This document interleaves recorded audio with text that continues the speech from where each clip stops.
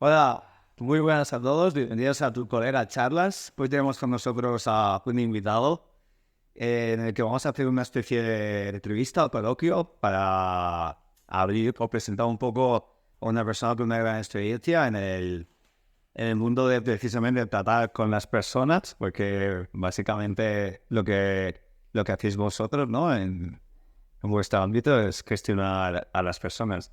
Con todos nosotros tenemos a José Vilaplana, ¿le he dicho bien? Bien. Y bueno, vamos a ver qué tal, José. Bueno, pues nada, con toda confianza vamos a hablar y intercambiar. Yo, ¿Qué tal? mira, estaba pensándolo y hace poco tuve acceso a unos escritos que se supone que son los primeros que se encontraron, que tienen data más o menos de hace 8.000 años. Y era curioso porque esos primeros escritos son una serie de normas de convivencia. Y algún día los comentaremos aquí en el canal, pero es curioso como de las cosas que se hablan, eh, tienen como... podría servir para hoy, para el día a día. Entonces, algo que a lo mejor también la gente se puede preguntar es, ¿cómo por ejemplo un libro como la Biblia puede ser que nos sirva para hoy en día? O sea, en base a tu experiencia con las personas, ¿cómo le explicarías a la gente qué utilidad tiene? Yo creo porque básicamente las personas siempre tenemos algo en común. Las personas humanas tenemos siempre algo en común, aunque nos distancien muchísimos años. Entonces, hay libros, hay escritos, hay personas que saben profundizar en la dimensión humana, expresarlo, y entonces nos parece que hablan de nosotros mismos. O sea que todos los grandes temas de la humanidad y de la persona humana, yo pienso que, bueno, pues desde los primeros libros de la Biblia hasta nuestros días hay sintonías. Pero claro, también es verdad que las personas evolucionadas, hay personajes en la Biblia que han dado un paso importante.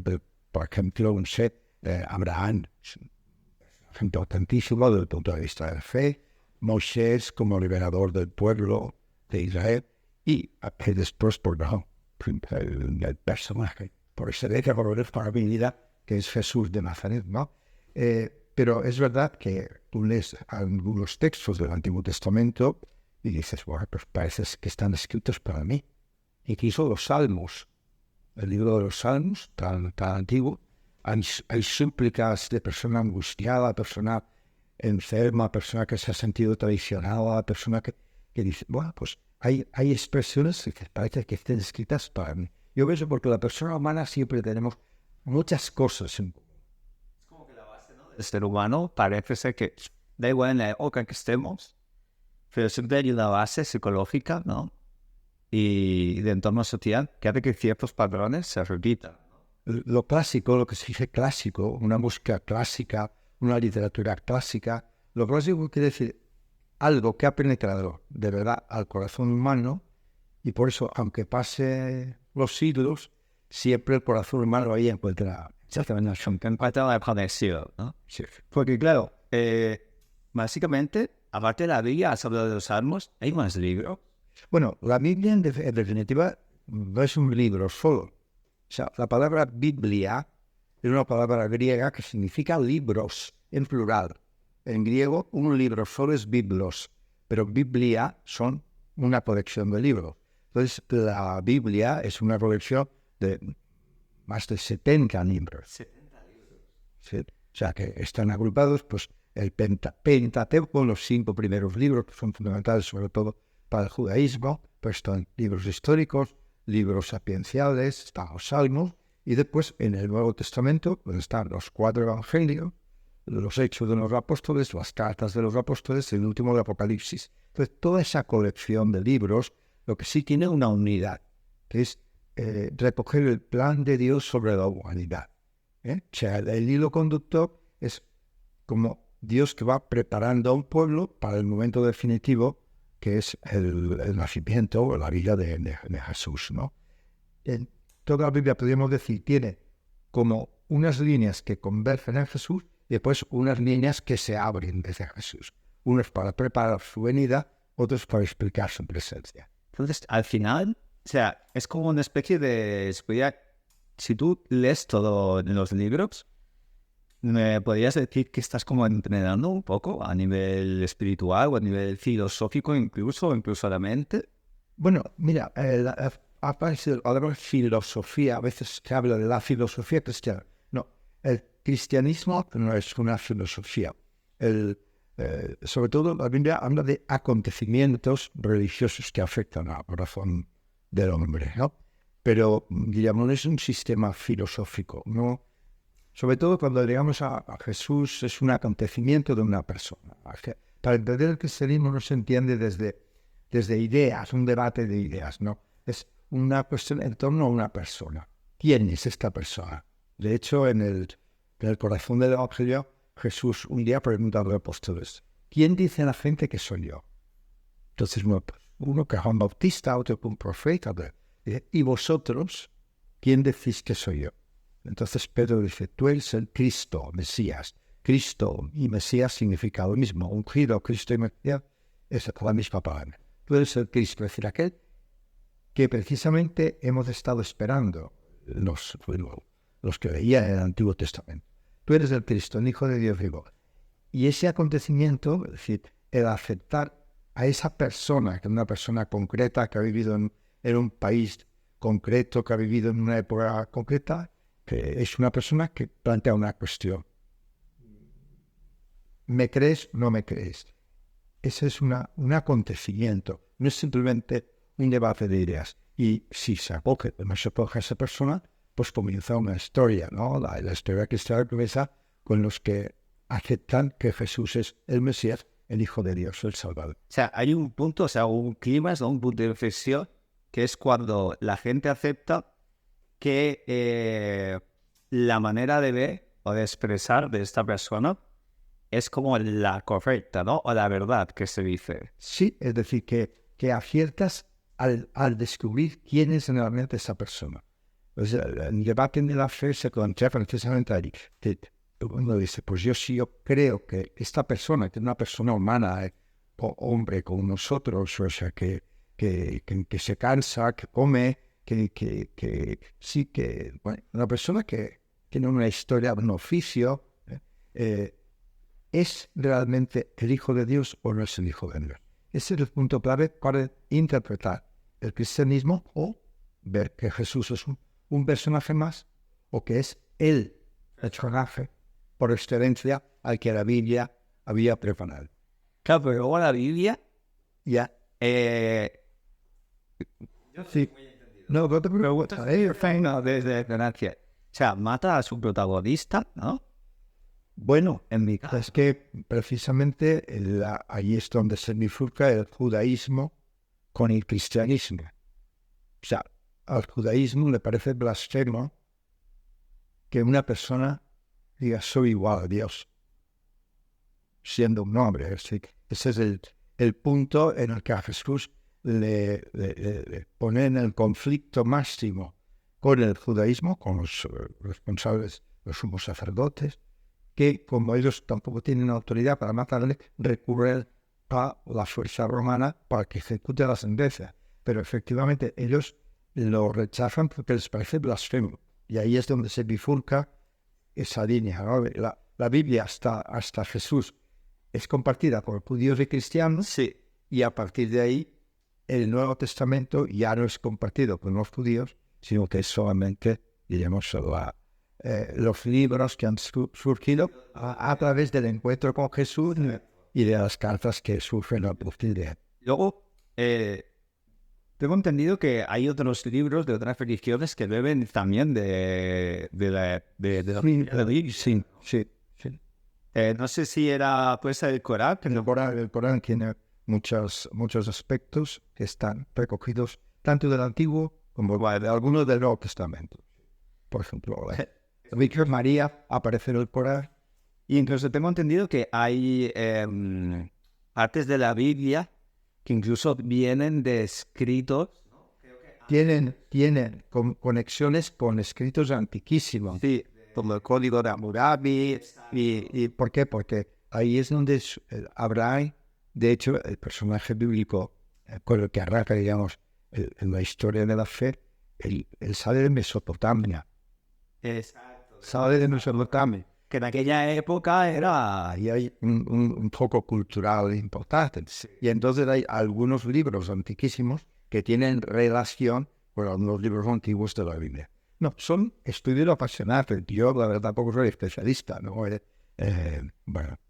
Estos son mundos. Yo recuerdo cuando fui a estudiar a Roma, el profesor con mucha vista, la primera lección de metodología fue meternos en la biblioteca, en la gran biblioteca de la Universidad Gregoriana. Y después de ver kilómetros y kilómetros de libros, nos hizo un paseo enorme y dice, bueno, por mucho que ustedes estudien, acabarán sabiendo medio metro de esta Biblia. Claro, Y nos dio un baño de humildad. Esa estudiarán mucho y tal, pero tengan en cuenta que los saberes siempre les sobrepasarán. Bueno, eso es verdad. O sea, es apasionante todo este mundo de estudios, hay gente muy especializada que en las lenguas antiguas para interpretar bien, porque, bueno, en la Biblia se juntan también varias lenguas, varios idiomas. Ahora la vemos traducida solo a nuestro idioma. En los libros originales es hebreo, es arameo, griego, bueno, un montón de lenguas. Claro, además, el cristianismo, si no recuerdo mal, estuvo, puede ser 300, 400 años, un poco así, como que estaba perseguido por... Perseguido por Roma, sí, sobre todo por los emperadores romanos. Exacto, y eso condicionaría mucho lo que es la normalización de los estudios. Eso lo que provocó es muchos escritos de cartas. Por ejemplo, las cartas de San Pablo están escritas.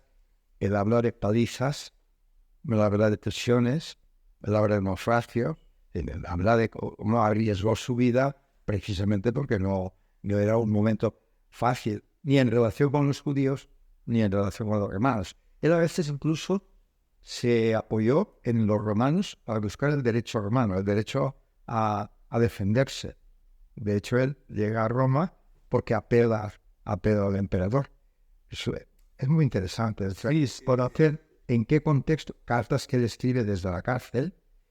Y bueno, yo creo que sí, fueron unos años de persecución, pero muy ricos para la vida de la Iglesia, porque están sobre todo el testimonio de los mártires, es decir, el testimonio de esas personas que, unidas a Jesucristo y adheridas a Jesucristo, le dan la cara y son capaces de ir a que les corten la cabeza con alegría. O sea, Eso me hace que vamos a meternos un poquito más ahí, porque me parece súper interesante. Cuando una persona está segura de que lo que cree es la verdad, o sea, cómo eso es un motor impresionante. ¿no? Y le da una fuerza increíble. Esa es la fuerza por ejemplo, de los primeros años del cristianismo. Yo pienso que se pone muy de manifiesto esto, que la adhesión de esas personas a Jesús es tan fuerte, es de un convencimiento tan profundo que son capaces de afrontar el juicio, la muerte, el ser decapitado, etc. Antes de ayer celebrábamos la fiesta de San Cornelio y San Cipriano, un papa y un obispo. Están las actas y está el interrogatorio. Es decir, tú realmente eres responsable de esa comunidad sacrílega, dice el romano, porque el romano al cristiano que no quería reconocer al emperador como un dios. O sea, si yo creo que Jesucristo es el Hijo de Dios y es indiscutible. No es decir, para mí es el valor absoluto, es el tesoro, es mi perla preciosa, como dice el Evangelio. Y entonces, pues el emperador, tú eres un hombre, no eres un dios, por tanto, yo puedo ser un ciudadano normal, pero si tú me pides que yo sacrifique o queme incienso delante de la estatua del emperador, te digo que no. ¿Sabes que te puede cortar la cabeza? ¿Esto que te puede costar la vida? Sí. ¿Estás dispuesto a tanto? Y ya está. El acta de San Cipriano está, y es un interrogatorio muy estricto, muy seco. Y con ya está, la ejecución de este hombre. Y este hombre muere contento porque se fía de Jesús, se cree en Jesús, creo en las palabras de Jesús, cree en la vida eterna y por tanto asume el martirio. Y así, cuando este gobernador dicta la sentencia, los primeros cristianos dicen, nosotros estamos dispuestos también. Pero bueno, en aquel momento la persecución era más selectiva, iba a las cabezas. Luego, tú en tu experiencia porque han chivado algunas cositas por ahí y sé que has estado en muchos sitios del mundo o en varios sitios peculiares. ¿Tú has visto este tipo de gente que se sacrifica o que tiene ese motor para ayudar a los demás? ¿Podrías contarnos hasta algunos ejemplos que hayas visto por ahí?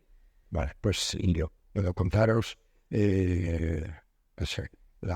la vida de cualquier misionero, ¿no? O sea, una persona que a mí me ha impresionado mucho, una religiosa de uno de los pueblos cercanos al nuestro, que se va a Bolivia y vive una experiencia tan fuerte de ver pasar hambre a la gente y ella intentar darles de comer, que pierde la cabeza. Es decir, esta persona no ha sufrido un martirio físico, sino un martirio psicológico cuando la traen aquí, porque ella, a base de estar con niños que pasan hambre, y ella pasa hambre por los niños y darles un poco de arroz, se queda con la obsesión de un poco de arroz, un poco de arroz. O sea, ha enloquecido de alguna manera, ha perdido poco por dar la vida por esas personas. Es una persona que la quiero muchísimo, una persona que conocía antes de marcharse, la decisión de marcharse y el riesgo de vivir esa situación, ¿no? Claro, porque la gente hoy en día además es como que estamos como ya, aunque tengamos las noticias y todo esto, vivimos en una sociedad muy cómoda, somos aquí las crisis, hay familias que lo pasan mal, pero estamos muy alejados de lo que es, por ejemplo, situaciones muy críticas como la guerra, Sí, como el hambre, la represión, hambre fuerte. Porque hoy en día tienes Cáritas, hay una serie de organizaciones también, que más o menos aquí, en lo que es Europa, más o menos, es otro mundo. es otro mundo. Estamos hablando de que tú intentas conseguir comida y no consigues. Y es gente que se va allí a intentar luchar contra eso. Y uno de los, dos viajes he hecho muchos viajes, pero de los dos que más me han impactado ha sido África. El Chad, que es uno de los países más pobres del mundo, y después la República Democrática del Congo, que es un país riquísimo, pero desgraciadamente destrozado. Destrozado. O sea, me dio casi más pena ver carreteras que han sido carreteras asfaltadas con unas grietas que las hacen intransitables, a ver un camino de tierra que ha estado así toda la vida, ¿no? Exacto. El Chad por los caminos de tierra que, son intransitables cuando viene la época de lluvias, etcétera, ¿no? Pero, pues ahí, por ejemplo, el encuentro con el obispo, que es español, pero ahora ya a base de estar allí más de 30 años, ya tiene la nacionalidad chadiana. Bueno, este hombre que te pide ayuda. Ayúdanos, porque queremos hacer un poblado para formar a los catequistas. Muy bien, hacemos un proyecto, el proyecto va adelante, me dicen, bien, a inaugurarlo. Bien, vale, de acuerdo, necesito algo, tráeme una emisora. ¿Cómo? ¿Una emisora? Sí, tráeme una emisora, porque es que es un país tan llano que cuando vienen las lluvias yo no puedo comunicarme con la comunidad, entonces si no tengo una emisora, pues ya tendré una manera de comunicarme con la emisora. Y de ese viaje, guardo una anécdota que, sabía que había en ese poblado que era para catequistas y sus esposas y niños pequeños para formarse durante un año, pero me voy a llamar caramelos o caramelos. Pero, pues, reparto caramelos después de la inauguración del centro. Por la tarde, cuando estoy pasando por el poblado, veo que los niños están jugando con los papeles de los caramelos. O sea, que los niños han comido el caramelo, pero no han tirado el papel. Un papelito de color. Claro, porque para él, como un pajarito. ya que existen Jugar con los papelitos, porque yo a veces cuando he ido a colegio, dices, esto es lo que jugaban los niños. Un balón, no tenían valor. No sé qué, no tenía. ¿Y con qué? Pues con los papelitos de los caramelos, que nosotros lo comemos, lo tiramos, pues ellos se lo guardaron para comer por la tarde. Claro, por este obispo, por ejemplo, un hombre que, pues, toda una vida en medio de esa situación, de una comida diferente, sobre todo un mico, manchacado, con tal. Bueno, pues he visto personas que sí, que por ahí abajo, pues, hay arriesgan muchísimo, muchísimo. Claro, porque... Y luego, ¿tú te has visto alguna situación de impotencia en estos sitios? Que decir, de tu creatividad no poder, o no sé, recomendarle algo fuera ayudar, o que la ayuda que vosotros intentáis hacer llegar hubiera problemas. Yo creo que ahí lo que pasa es que no llegas a todos. O sea, que los proyectos que has hecho, siempre es que queda tanta gente que no entra en los proyectos, eso no se acaba nunca. O sea, yo digo que cuando tú empiezas este camino no acabas nunca. Yo ahora tengo un amigo en Madagascar, franciscano, que lo he conocido el año pasado, que estuve en Cajarnaú,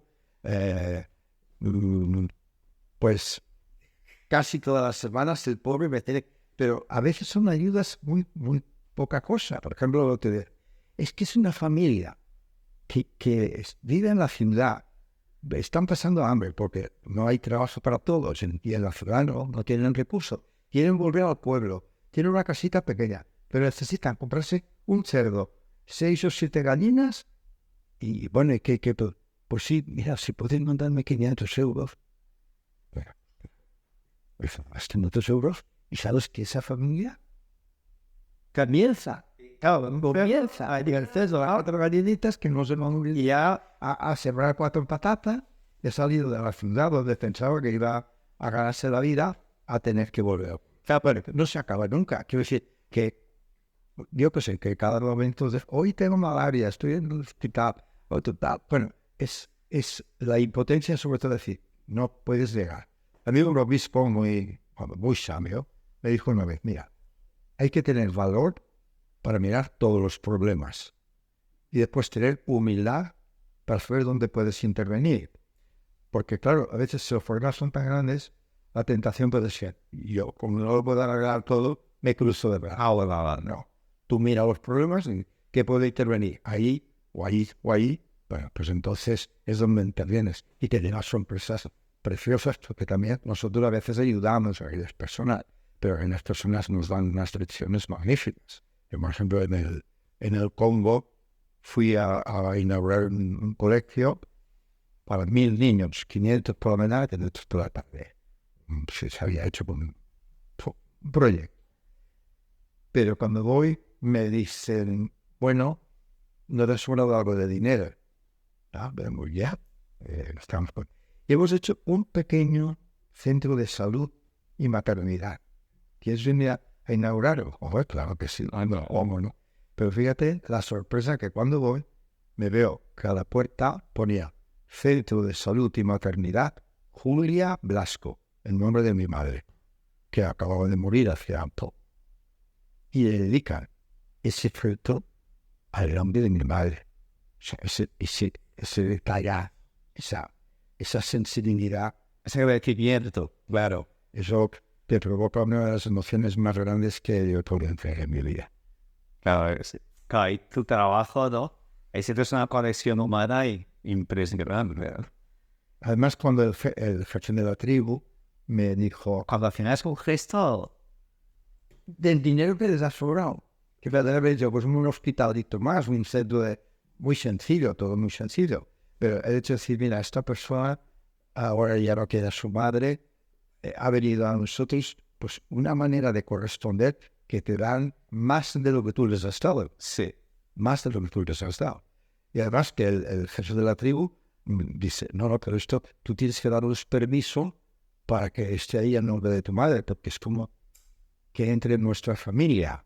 Bueno, pues sí, como me regalaré una gallina viva, es un signo. Es el signo de un pacto y una figurita que lo guardé en mi casa. Claro, pero al final, o sea, lo que me gusta, lo que acabas de decir y que me parece muy interesante recalcar, es cómo al final muchas veces nos centramos en dar regalos a las personas como físico, ¿no? Objetos, Sí. tal, pero en realidad lo que más te lleva es el gesto. El gesto. El gesto de haber tenido ese detalle, no la gallina, no tal, incluso si te hubieran devuelto el dinero, el gesto. El gesto es llevar... Bueno, y al final, muchas veces lo mejor que puede regalar a las personas es gesto y conexión, ¿no? Yo, al menos desde mi experiencia, Es que yo pienso que para ayudar a las personas hay que hacerlo con mucha sensibilidad. Pues no puedes seguir. O sea, uno no puede ir con un gesto de mayoría, decir, yo soy más y por eso te ayudo. No. Si haces eso, humillas a la persona. claro, Tienes que ir por un gesto de compartir. Yo tengo esto, eso te ofrezco, tú tienes lo otro, eso te compartimos. Yo creo que eso... Bueno, casi todos estos gestos, digamos, de proyectos, se pueden hacer después de que tú has acogido aquí, a lo mejor, en ese caso concreto del Pongo, bueno, vosotros los obispos comunicamos al nuestro amigo. Te sacerdote que está ampliando estudios, necesito que lo acojas ahí para que acabe los estudios en España. Yo acojo a esta persona, comienzas una mesa con esa persona va allá, o cuando está aquí te dice, allá hay una escuelita que la tormenta nos las ha derribado, ¿podemos hacer algo? Y comienzas a tener como una relación de tú en tú. Hoy este sacerdote, concretamente, en el que te estoy hablando, es rector de la Universidad de Bujimai, de la Universidad Civil. Es un hombre, se ha preparado, entonces dices, quizás lo mejor que yo podía hacer por aquellas personas no ha sido el edificio, ha sido preparar una persona que puede estar desarrollando una grandísima labor. claro, porque al final la potencia o el potencial que puede tener una persona, la persona adecuada en el sitio adecuado, suele ser mucho mayor que incluso a lo mejor que envíes. Sí, yo pienso que la ayuda material sin personas que la ejecuten puede dar pie incluso a que las cosas se pierdan, ¿no? Mira, O se pierdan, o se malgasten, yo pienso que uno de los aciertos de siempre es conectar con la persona que puede ejecutar de una manera solvente esa colaboración. Y en este caso, mi experiencia fundamentalmente ha sido encontrar estas personas con las que después mantienes una buenísima amistad. y luego estas personas, o sea, porque claro, como estamos hablando de un sitio ultraviolento, súper peligroso, de más peligrosos del planeta, un montón de facciones que andan matándose. ¿Cómo, o sea, cómo hacéis que sean auténticos supervivientes? O sea, estas personas, ¿cómo se forman? Y luego llegan allí y ¿qué hacen para conseguir sobrevivir? Y no solo eso, progresar y ayudar a progresar el proyecto. Pues eso siempre es un riesgo, la verdad. Pero también es verdad que ellos tienen, yo creo, una inteligencia natural o conocen el medio de tal manera que saben que se hagan las cosas bien. Luego, aquí ahora, en algunos contactos últimos que he tenido, algunos de los que han venido dicen, no os podéis imaginar lo que es poder dormir pensando que mañana te vas a levantar bien. Claro. Que mejor dormir en un sitio de no sé si mañana me levantaré porque si esta noche habrá una incursión. Pues yo pienso que eso también agudiza el ingenio en algunas personas para saber buscar defenderse bien, protegerse bien, pero de todas formas un riesgo lo es. Es como que desarrolla una inteligencia social, ¿no? Muy elevada, porque tienes que saber detectar las pequeñas cositas, ver los detalles, y además tú estás en un sitio donde no hablas la lengua de allí, cosa que te limita muchísimo. Allí enfocado, tienes que tener siempre un intérprete, porque concretamente en el chat, por ejemplo, se hablaban más de 100 lenguas. O sea, muchas lenguas son lenguas tribales. Sí. En uno de estos proyectos, como diríamos, la lengua común era el francés. La conocían los hombres, pero las mujeres que no habían salido nunca de su tribu, pues no conocían hasta la lengua de la tribu. Entonces yo recuerdo que yo hablaba en castellano, me traducía al francés el obispo, y luego cada catequista a su familia de traducía con la lengua, Sí. y con la lengua propia. Entonces, claro, tú estás allí con el intérprete, todo esto, esto es como el telefonillo, ¿no? Habrá alguna anécdota de decir, aquí no me ha llegado bien la info y no hemos atinado. Bueno, yo en África sí que iba con mucho cuidado, pero aprendí 3 o 4 palabras para saludar a la gente con su lengua, que se alegra muchísimo. Y es muy curioso, por ejemplo, también para entender el lenguaje siempre también es una forma de entender la mentalidad de las personas. En el avión, cuando iba con este sacerdote que se había formado aquí, le digo, bueno, pues enséñame a decir buenos días. What you want. What you want, what you want, what you want. ¿Y ¿sabía ese general o ese? En la zona donde iban, Vale. pues what you want, bueno, what you want. Digo, y buenas tardes, what you want. Wow. También. Y buenas noches, what you want. ¿Qué decís? Mañana, tarde o noche, o no. Dice, no, es que what you want significa cuando tú ves a una persona, sea por la mañana, mediodía o por la noche, y la quieres saludar, el what you want significa nos pertenecemos. Nos pertenecemos al momento, ¿no? Es decir, te reconozco, ¿no? Como, Sí. o sea, el saludo no es decir, nosotros deseamos un buen día o una buena noche. Para ellos el saludo es decir, lo reconocen como personas y nos pertenecemos y estamos vinculados. Pero eso ya es toda una lección O sea, ahí ya, o sea, hay una carga filosófica y humanística detrás muy grande. Pues bueno, pues yo me acuerdo, o sea, así de alguna anécdota de meter la pata, que no son ellos son muy correctos. La verdad es que no, en ningún momento te hacen sentir mal. Seguramente yo diría alguna cosa, bueno, pero ellos en ningún momento te hacen sentir mal. Porque, y luego, ahora que has dicho esto de que son muy correctos, ¿tú has notado a lo mejor que allí el tema de como la educación o lo que sería la nobleza de las personas desde Occidente a estos sitios? Allí yo creo que lo que podemos llamar las actitudes tradicionales más del respeto al mayor, del respeto a la familia, o sea, eso está más acentuado. O sea, yo creo que eso está mucho más acentuado. Y por tanto, yo creo que a veces, claro, vosotros, me gustaría que me dijeran que no. Normalmente no te dirán nunca que no. No te dirán un sí convencido, pero te dicen un no por no despreciarte, porque no te quedes, que no te quedes mal, ¿no? Bueno, bueno, también es verdad que el ambiente en donde yo me moví era un ambiente, como digamos, muy familiar dentro de comunidades cristianas. O sea, yo me acuerdo una anécdota.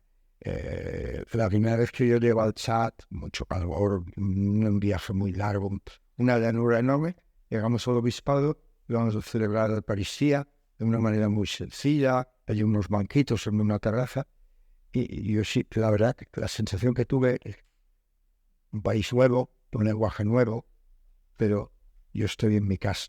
Al celebrar la Eucaristía con los cristianos, pues se ve que estaba compartiendo nada, que ellos me acogían como hermano, y yo me sentía como hay un nexo muy profundo. O sea, yo me he movido en ese contexto. Sí, que no has estado a lo mejor en zonas más límites como a lo mejor Palestina, Jerusalén, cosas así. Bueno, ahí he estado. Ah, sí. Sí, ahora he estado 9 meses. Y Cristina, y nada. Y bueno, hombre, a nivel Pues claro, a nivel global, entre ellos está una tensión que en cualquier momento. Pero después ocurre una cosa, que es que en el nivel más básico, tú puedes encontrarte con cosas como esta anécdota, que es bastante reveladora. Yo estaba en Cafarnaúm vivíamos 7 personas solo. 3 religiosos, yo, varones, y 3 religiosas en un pequeño convento. Cafarnaúm es solo ruina de la época de Jesús, que está descubierto, y bueno, se visitan esta ruina. Yo tenía que cortarme el pelo, el poco pelo que tengo, en un momento me lo tenía que cortar. pues vamos a Nazaret. Le hizo muchas gracias ir a Nazaret. Va a Nazaret, digo, no sé cosas importantes, pero importante el tener a cortar el pelo. Y fui a una barbería musulmana, ya cerca de la basílica, y oye, luego a mi Kleinsman, el religioso, su hábito, y el barbero musulmán. Pues comienza a trabajar, a la mitad me deja, se mete en la cocina, oye, había unos ruidos de cocina, sale, termina, entra a la cocina y sale con café para todos los que estábamos. Los hombres van a charlar, o las barberías, no sé, como aquí es igualmente. Entonces, se nos va para hombres, ¿sabes? Sí, Aquí eso se mantiene un poco más en la parte de las peluquerías femeninas. y en edades a lo mejor ya... Sí, pero antes como que uno incluso que no tenía que ir a cortarse el pelo, pero iba a charlar. Claro. Pues tomamos el café y cuando el superior franciscano, que sabía la lengua, dice, ¿qué le tengo que dar por el servicio? Se nos queda mirando, nada. Ustedes son hombres de Dios. ¿Qué gustas, O sea, un hombre profundamente religioso musulmán, pero que respeta a un hombre religioso cristiano. Y no los borrar. Entonces, claro, eso es la parte bonita, la parte positiva. Pero también es verdad que, bueno, pues está el enfrentamiento fuerte entre Palestina y los judíos, que se nota una sociedad tensa.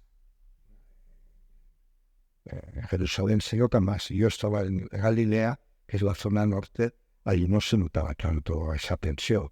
Pero en Jerusalén, sí que veías a lo mejor ahí, ¿no? unos chavales, chicos y chicas que hacen la mili 2 o 3 años con sus fusiles por la calle, parecen chiquillos que están jugando, ¿no? Pero bueno, le van un fusil. Claro. He ido con peregrinos jóvenes, muy jóvenes, a mí me parecen muy jóvenes. ¿No? Ahora la gente que hace la mili, a los de mi edad nos parecen muy jóvenes. Algunos son niños, los que hacen ya son menores, ¿no? Pero chavales, chicos y chicas muy jovencitos. Y yo recuerdo que, por ejemplo, para entrar a Belén, está el muro ese muro de la vergüenza también, ¿no? Sí. Para entrar a Belén tienes que cruzar el muro. Y a veces, pues, al autobús de peregrinos, bueno, ahora no, esta última vez hemos oído bastante, pero en otras ocasiones te paran el autobús, todos pasaporte en la mano y sube un chiquillo. Por el pasillo del autobús pone el fusil y la gente se con un susto tranquilo. Y esto no pasa nada, ya. Que es todo que mirarán a ver si lees algún polizón o nada. Lo que tienen miedo es que terroristas se metan para entrar o salir. Igual como el interrogatorio en el aeropuerto, es un interrogatorio un poquito fuerte que dice a la gente tranquilo, no pasa nada. Vale, que te preguntan así, La guía aquí con la maleta la prepara usted. Lleva algo en la maleta que no sabe qué es. Alguien le da el encargo para darlo a alguien allí. ¿Qué es lo que tiene miedo? Que alguien te introduzca la maleta. Claro. Que pueda ser Que te hayas dicho, yo estaba... Por favor. Claro, es una buena manera de detectar. Hombre, yo he tenido muchos sustos, claro, y me ven así... Cuando te ven un poco nervioso, te dicen, tranquilo, esto es por su seguridad. Esto es por su seguridad.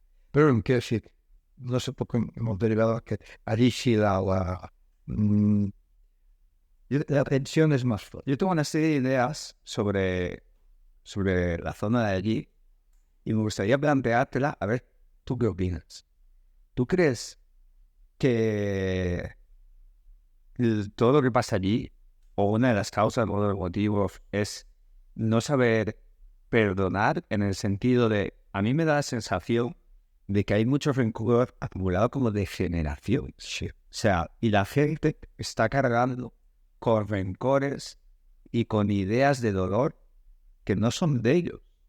O sea, que son... Mi padre me da cuenta, me lo cuenta mi abuelo, y yo ya genero aquí y tengo 8 o 9 años solo, pero ya estoy encabronado cogiendo las piedras y tirándoselo. No me creo yo que ese niño haya sufrido en carne propia algo como para hacer esas acciones. Entonces, ¿tú crees a lo mejor que si la gente hiciera una mala gestión de lo que es el perdón, el olvido? Es que, claro, has dicho una palabra, perdón, que a los cristianos nos resulta familiar, pero que en otros mundos No sé, porque no es una palabra. Ellos a veces me dicen, no, vosotros los cristianos tenéis que perdonar, porque en vuestra religión el vaso es no está. Yo considero el perdón como una herramienta básica para el día a día. a vosotros jóvenes que os gustan mucho los testimonios, ¿no? Yo, el testimonio más bonito que he visto de perdón como solución para la espiral de la violencia, porque la violencia, si no conoce el perdón, cada vez se hace más fuerte. Así que si yo para vengarme, tengo que vengarme, después tú para vengarte, es decir, es lo que se llama la espiral de la violencia, que solo el perdón la puede parar, ¿no? Yo recuerdo que en uno de los encuentros de los jóvenes con el Papa, de los que yo he participado en muchos de ellos, en uno de esos encuentros hablaba un chico de cada continente y habló un chico africano. Y este muchacho le dijo al Papa, bueno, yo pertenezco a una tribu enfrentada con otra tribu, mi padre murió en un enfrentamiento, mi hermano mayor tuvo que vengar a mi padre.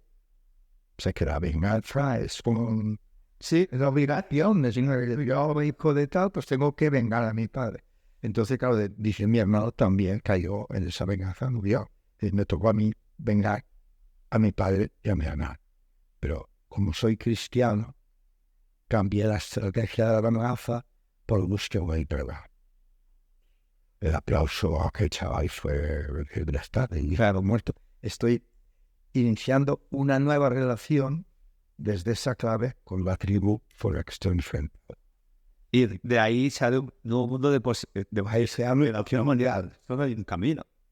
Y es un camino. Y además, esto es otra cosa que quería comentar. A mí me da la sensación, o la más experiencia, es que la vida son como espirales.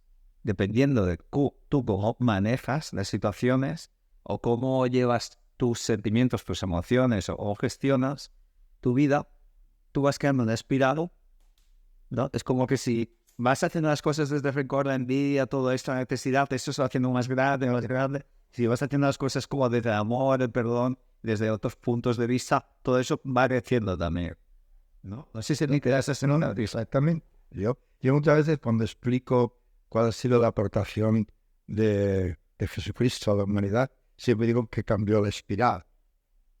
La espiral de buscarse a uno mismo, un poco la fuente de todo es el mismo, el yo, o lo mío, frente a lo que eso te va encerrando cada vez más en un egoísmo que te atrapa más, y Jesús nos enseña el otro camino, el camino de darse, el camino de servir, el camino de amar, que es una espiral que cada vez abre más posibilidades. Claro, ha cambiado la dirección. Abre un resumen que he oído nuevamente cuando me preguntan así, pues esa es una aportación importantísima. Hay que cambiar esa dirección. De vivir la espiral de fuera a adentro a vivir la espiral de dentro a afuera. Claro, es vida para los demás.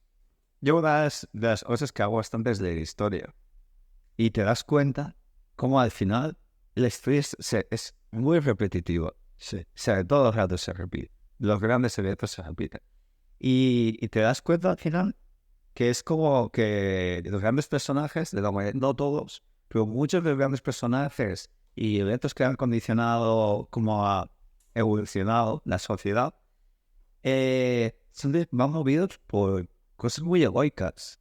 Y tal vez, como esta actitud está muy generalizada en el mundo, claro, al final lo que está... Yo tengo la teoría de que lo que está generalizado en las personas es lo que arrastra todo lo demás. A muchas personas, sí. Entonces, como hay tanta gente en el ego, en el yo, en la obsesión, la gerencia, Esa es la raíz. esa es la raíz, exacto. Al final, la humanidad solo tiene un camino. Estamos experimentando todo el rato lo mismo en distintos contextos y épocas, pero cuando lees los eventos, guerras, conflictos, naciones, antes eran reyes, ¿no? Sí. La identidad, ahora son naciones, o regiones, tal. Pero al final es lo mismo. Son distintos disfraces, ¿no? Distintos contextos. Pero es como que se repite y es porque la humanidad no consigue salir de forma generalizada de ese patrón, ¿no? Y yo creo que si la gente se diera a lo que hemos hablado, de una espiral de darse a los demás, Sí, una espiral de amor, de comprensión, de acogida, de respeto a la persona humana, de reconocimiento de la dignidad de la persona, pues claro, sí, pues ese es el combate, ese es el no sabríamos qué pasaría porque no sabemos, por ejemplo, que en algunos sitios donde de alguna manera si se introducen estos estilos poco a poco, pues, va mejorando, va a tener que llegar. Porque claro, tú hace mucho tiempo que trabajas con personas y, o sea, ¿cuál es tu conclusión? Porque tus feligreses no sean los mismos que hace 20 años o hace 30. No, yo he estado Valencia, Santander y Huelva. Y desde ahí, pues, en los viajes estos, sobre todo, para visitar a misioneros. ¿Y cuál sería tu conclusión general? ¿Tú cómo ves desde tu perspectiva personal la dinámica del ser humano que está llevando últimamente? Porque a mí me da la sensación que estamos repitiendo patrones que nos llevan, o sea, si te tuviera que poner, te diría la caída del Imperio Romano a nivel social. Todo ya muy del ego, todo mucho consumismo, todo muy estancado y como que falta y la gente muy centrada en el poder, en adquirir cosas, etcétera, etcétera. Y es un poco lo que pasó en el clima del Imperio Romano. Todo con política, todo con... No sé, esas... Sí, bueno, ahí yo creo que por una parte, una de mis convicciones es que hay más bien que mal, pero que el bien no es noticia. O sea, y por lo tanto, lo bueno no es noticia. Y hay muchas cosas buenas que yo pienso que nos ayudarían mucho a tener una visión un poco más positiva del mundo y de las cosas. Pero lo bueno no es noticia. Se dice, no es noticia que un perro muerda a un hombre, la noticia es que un hombre muerda a un perro. Entonces, bueno, pero hay mucho bien. Yo, donde me he movido, de muchas personas muy generosas. Y creo que el bien avanza. Que no tengo una visión pesimista de la historia. Yo creo que el bien avanza a pesar de todo. A pesar de todo, avanza. Pero avanza con dificultad. Avanza con dificultad, porque yo pienso que las otras corrientes de egoísmos pues, nacionales o comerciales no tienen en cuenta lo otro. O sea, el Papa Francisco habla de un concepto que a él le preocupa mucho y es verdad que es la indiferencia. ¿Qué es la indiferencia? Pues para traducirlo por una palabra más vuestra, el pasotismo. No me importa, o sea, no me importa lo otro. Yo tengo mis cosas resueltas, pues soy indiferente al hambre, soy indiferente al sufrimiento. Es como volverse un poco ciegos ante los demás. No tener los ojos abiertos, no tener los ojos y el corazón abierto, ¿no? Y entonces yo creo que es verdad que en las sociedades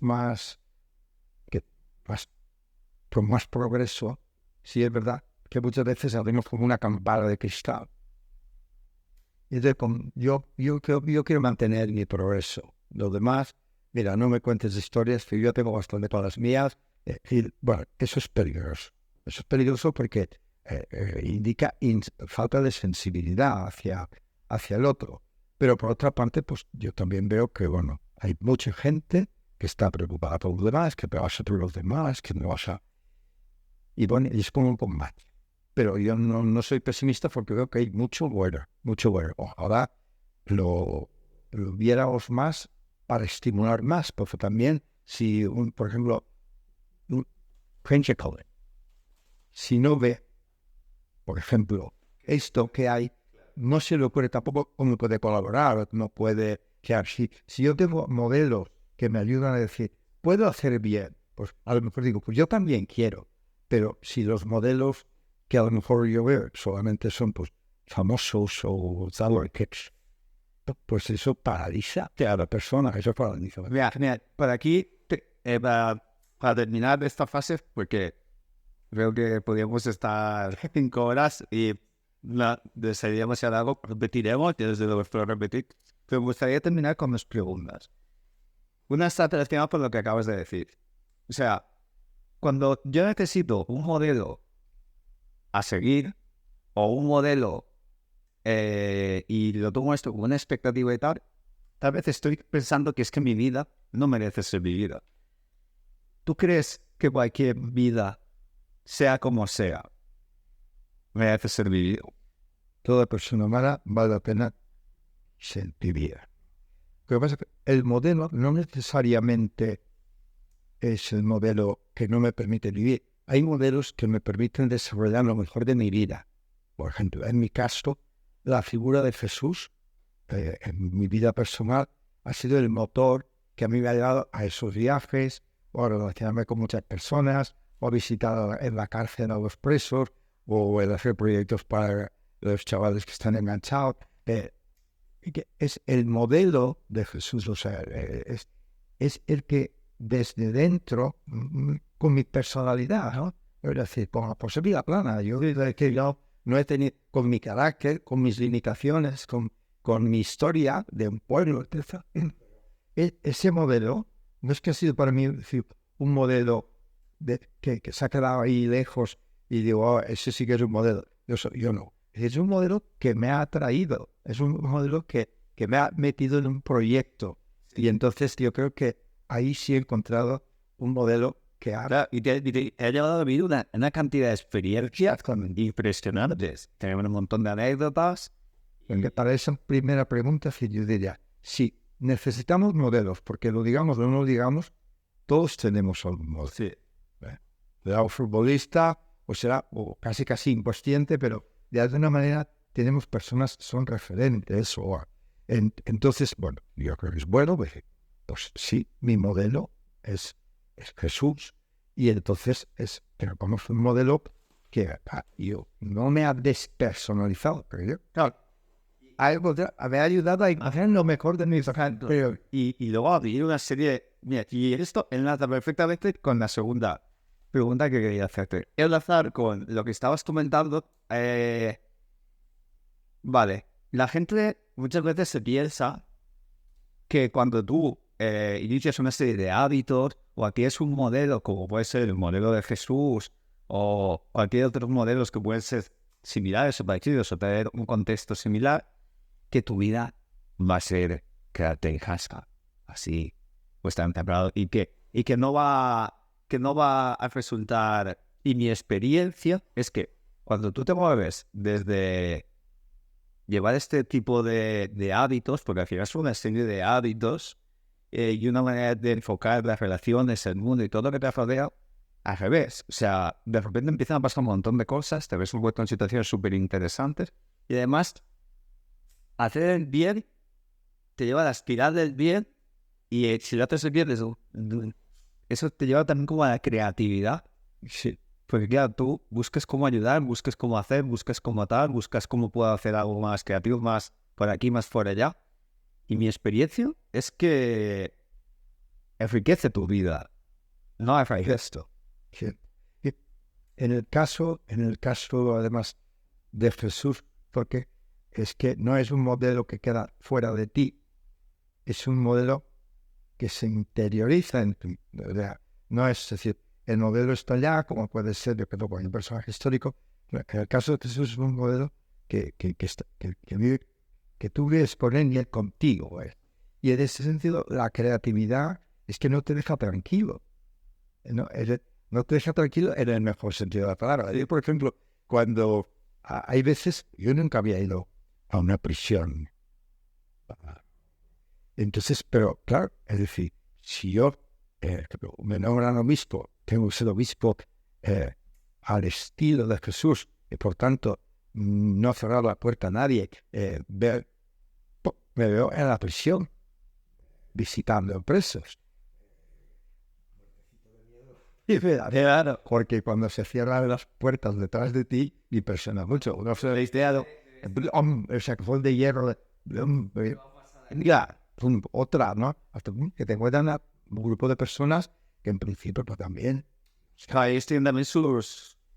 Sí, Y pues claro, ellos te dan la imagen de va a venir esta persona. sí. Bueno, Personas. wow, llegan una persona y tú ves otras personas, ¿no? Y entonces incluso, pues yo qué sé, pues puede iniciarse una amistad, em, bueno, quiero decir que la experiencia, esa movilización interna, o sea que Jesús te mueve, abrir los ojos, pues digo yo que te hace ver, por ejemplo, el mundo de la pobreza cambia y hay nuevas pobrezas. Por ejemplo, la época de Valencia estuvo marcada por el momento en que empieza la droga sin problema serio, ¿no? Y que hay que buscar ayuda, tal. Y nosotros comenzamos aquí un proyecto, se llama Proyecto Hombre. Sí, que fue la década de los 80 que funciona. Y de en los 80. Todos los que lo conocen, la época de los 80 hubo un problema muy grande con lo que es la heroína. Y había la heroína es una droga que usan muchísimo. Fue como no sé, algo que entra, que no nos pilla preparados y que, bueno, comienza a haber una demanda, hay gente que lo necesita. Y yo me acuerdo que, bueno, pues nosotros, yo con otro compañero, fuimos en Italia a conocer que allí, bueno, le va un poquito de Esta... y allí que había que estado el Proyecto Hombre, que lo trajimos a Valencia. Ahora, por ejemplo, para que la gente se ponga un poco en situación, sería como el fentanilo ahora en Estados Unidos, que a lo mejor no estás puesto No, a mesa. no sé. Pues eso es lo que pasaba en Valencia y en España en aquella época con otra clase de sustancias. Sí, pues ya una novedad, pues ya buscas una función. O sea, voy a Santander, ya me encuentro el proyecto hecho, funciona el proyecto Hombre, pero aparece otro problema, el problema del SIDA y el rechazo social, familiar, etcétera. Bueno, un nuevo resto de la pobreza. Bueno, pues entonces, pues a poner en marcha una casa para acogida de estas personas, con el riesgo de dónde la ponemos, bueno, es decir, dónde encontramos el solar, bueno, pero eso, lo de la creatividad, a mí me parece que es muy importante la creatividad. Un nuevo resto de pobreza. Voy a Huelva, un nuevo resto de pobreza. La inmigración, sobre todo de los subsaharianos que viven bajo de los pinos. Las agrupaciones de muchachos que vienen a buscar trabajo, no lo encuentran y se ponen a vivir ¿no? Pero claro, con una serie de problemas del agua, una serie de problemas de salud, porque claro, bueno, un inmigrante tiene todos los problemas que tenemos los de aquí. O sea, se cae y se rompe la pierna o las dos piernas y esa persona que no tiene familia entra al hospital, le operan a casa. ¿A qué casa? O te operan de una apendicitis con los puntos todavía a casa, debajo de los pinos, te puedes morir de una infección. Bueno, un nuevo resto de pobreza. Pero la creatividad, bueno, pues vamos a hacer una casa a acoger a estos enfermos en procesos postoperatorios. O sea, que no se acaba, no se agota esa... Es decir, hay modelos, a lo mejor quizá la palabra modelo no sé si está bien utilizado, pero por entendernos sí, ¿no? Es el modelo que es interior a ti mismo, porque tú eres un Jesús vivo, aunque tus ojos no lo vean, te lo amas y no lo has visto, pero crees en él, te dinamiza, te hace salir de ti mismo. Y entonces, juntamente con otras, no es una tarea individual, ¿no? Es comunitaria. No, estas cosas que os digo de viajes a África, he ido como representante de una iglesia, como representante de Snaim, pero no es a título personal. Si alguien tiene que dar la cara, tiene que liderar una... Pero es muchas personas. Pero sí es verdad que hay modelos que dinamizan y quizás hay modelos que paralizan. Exacto. Porque luego, tú, claro, has tratado con personas de mucho tipo. Y lo que te comentaba antes de si la vida merece ser vivida, imagínate que yo, o te has visto con personas, por ejemplo, con el SIDA, que eso es muy potente. Claro, esas personas, me imagino que muchas no tendrían ganas de vivir. Mira, la casa que hicimos para el SIDA, solo con el primer muchacho que murió allí, valía la pena hacer. Porque esa vida valía la pena. Pero ese muchacho se consideraba una piltrafa. Había roto con su familia y su físico era ya, no pudimos hacer nada para salvarle. Pero sí pudimos hacer algo para que él se sintiera digno Claro, eso quiero hablar. en una cama con otras personas, y sí se pudo conseguir que aprovechara para rehacer la relación con sus seres queridos. Y él mismo dijo, pues ahora, como decir, estoy contento. Es decir, murió con conciencia de dignidad. Exacto.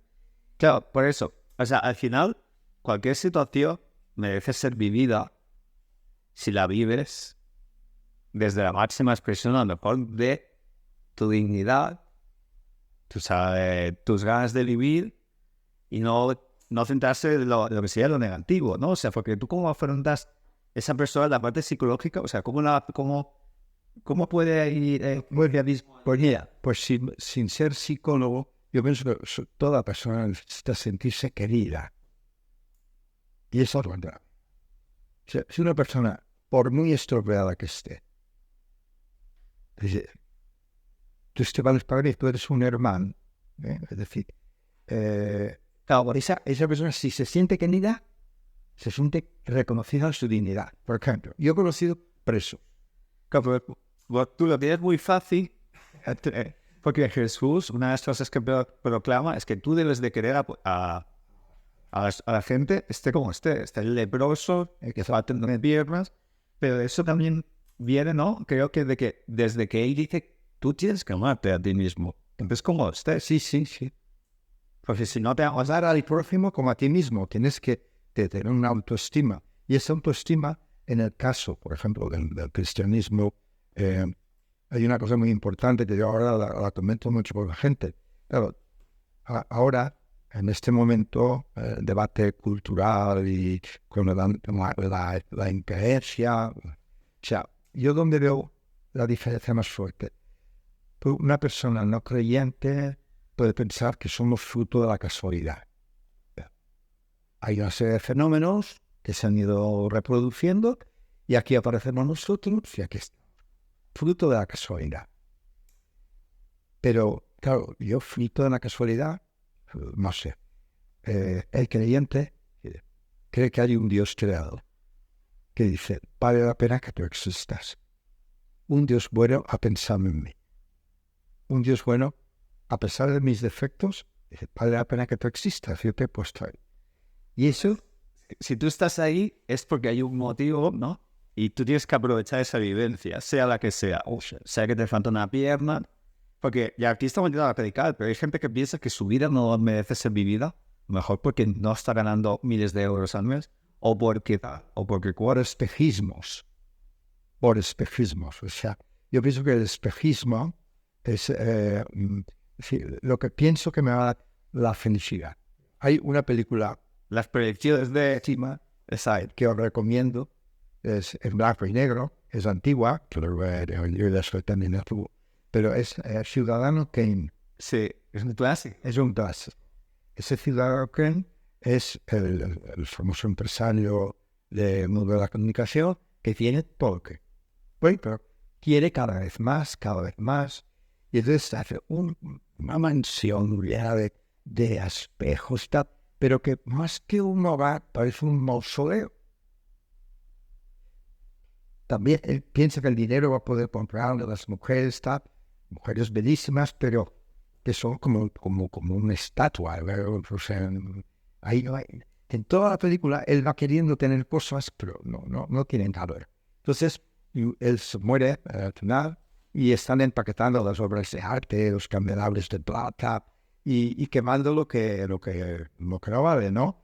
Y él está muriendo y la cámara le pide una palabra que no me recuerdo ahora cuál es la palabra exacta, porque es una palabra completa, digamos gold, Entonces,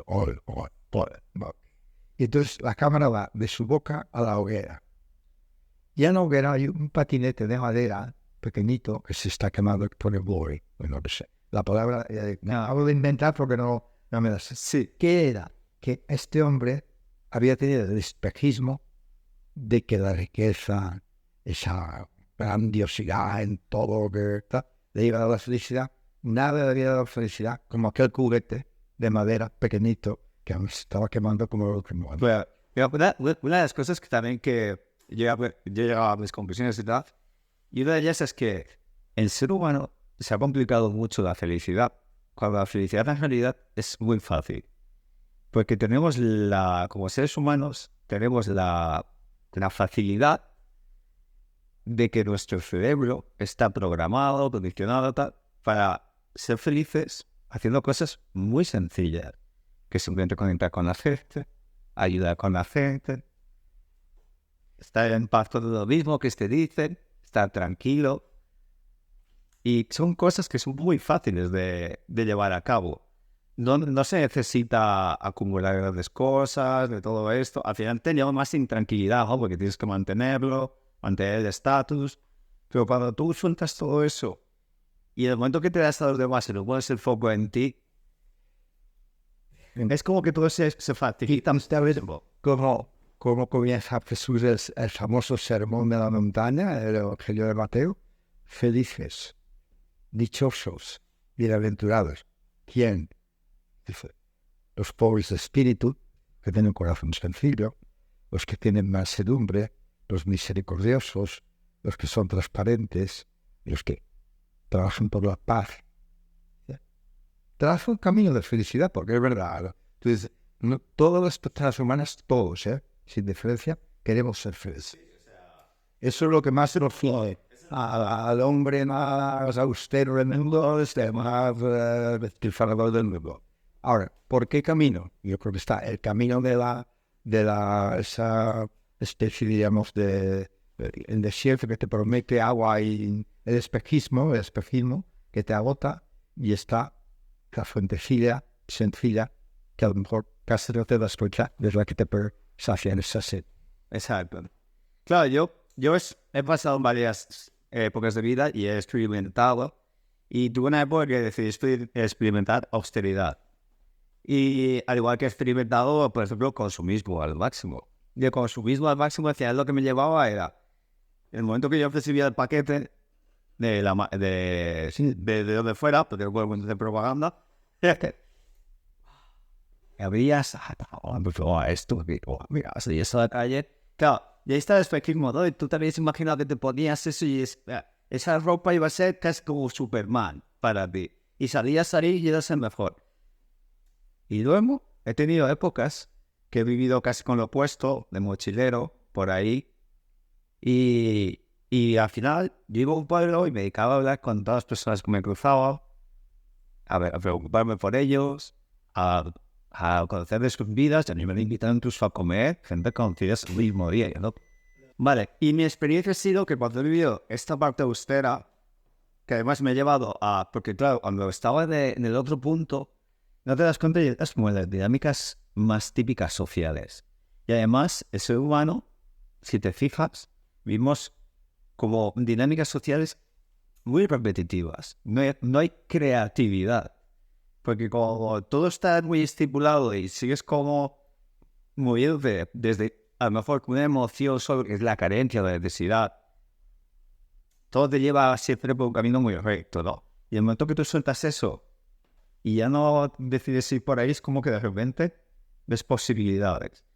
Y mi experiencia ha sido que cuando yo he estado en la parte austera, sin necesitar comprarme ropa todos los años, dejando una serie de hábitos y experimentando el moverme por aquí y por ahí. Igual me tocaba dormir en el coche, me tocaba dormir con la tienda de campaña en unos canizales ahí y tal.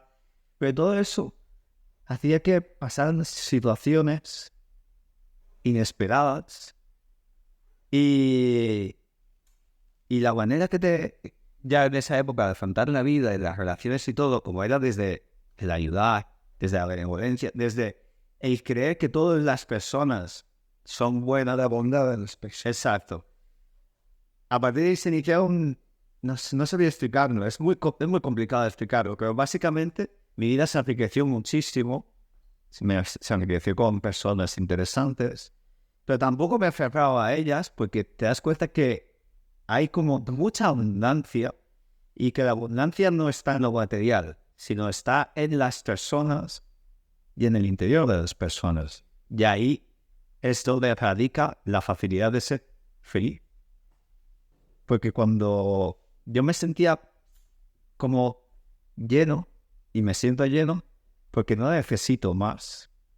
Y entonces eso me lleva a poder disfrutar del momento. Y a poder disfrutar de las conversaciones, a poder disfrutar, empaparme de las experiencias de los demás. No tengo necesidad de ir rápido porque hay que ir de esto que con una especie de ansiedad. O sea, es como que te quitas una gran mochila de encima.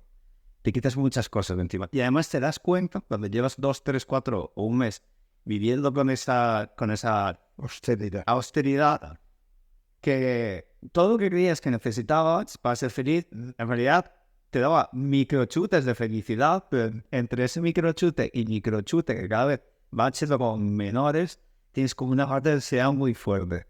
Y cuando tú quitas eso, de repente te empiezas a llenar de paz, de calma, de creatividad, y incluso tu manera de responder a las personas y todo es distinto. Esa es mi experiencia. Claro, que vosotros la austeridad la lleváis. Bueno, por coherencia. ¿Cómo es esto que te comento? O sea, Yo completamente de acuerdo. Yo cuando explico las bienaventuranzas, como es que Jesús inicia el sermón de la ventana, siempre parto de esto. Todos queremos ser felices, eso es. Pero ¿por qué camino? Buscamos la felicidad. O sea, yo digo que el camino engañoso de la abundancia, del consumismo, del éxito, todo eso acaba siendo un espejismo que a la vez lo deja vacío. Sin embargo, está ese camino sencillo, humilde, es decir, de un corazón que se siente pobre, es decir, un corazón que se siente necesitado, ¿sí?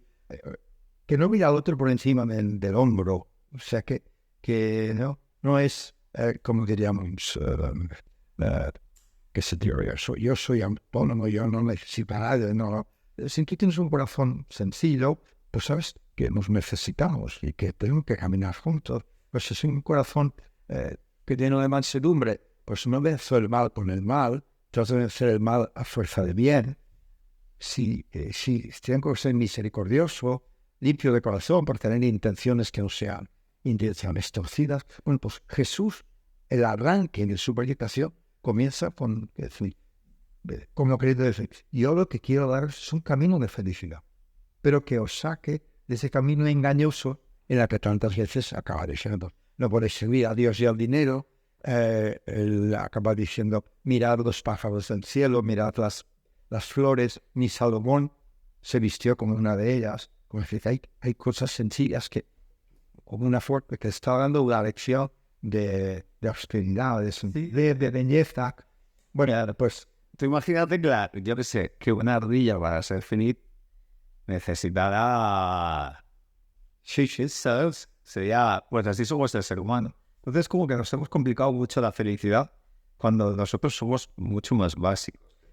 Y eso, fíjate, un profeta Jeremías, en el capítulo 3 de su libro de Jeremías, dice Dios al pueblo de Israel, dice, vosotros estáis empeñados en saciar vuestra sed haciendo cisternas agrietadas que no retienen el agua, y os olvidáis de mí, que soy el manantial de agua viva. Que el hombre quiere, yo quiero controlar mi felicidad, le hago mi cisterna, pero mi cisterna se agrieta. Y dice, pero si tienes un manantial de agua detrás, bebe, digamos, bebe. Sí, claro, es como la fuente.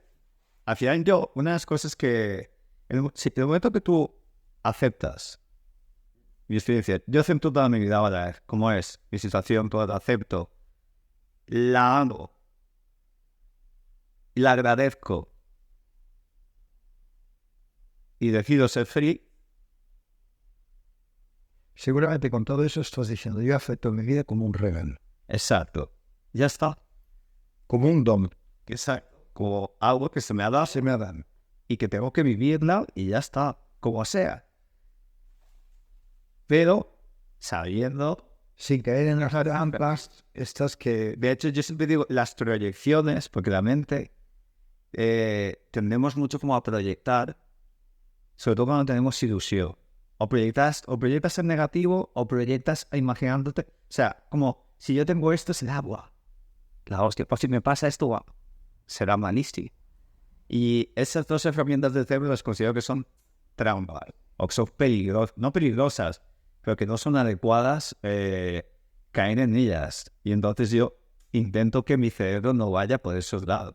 Primero porque nunca sabes lo que va a pasar. No sé si va a pasar algo bueno o algo malo.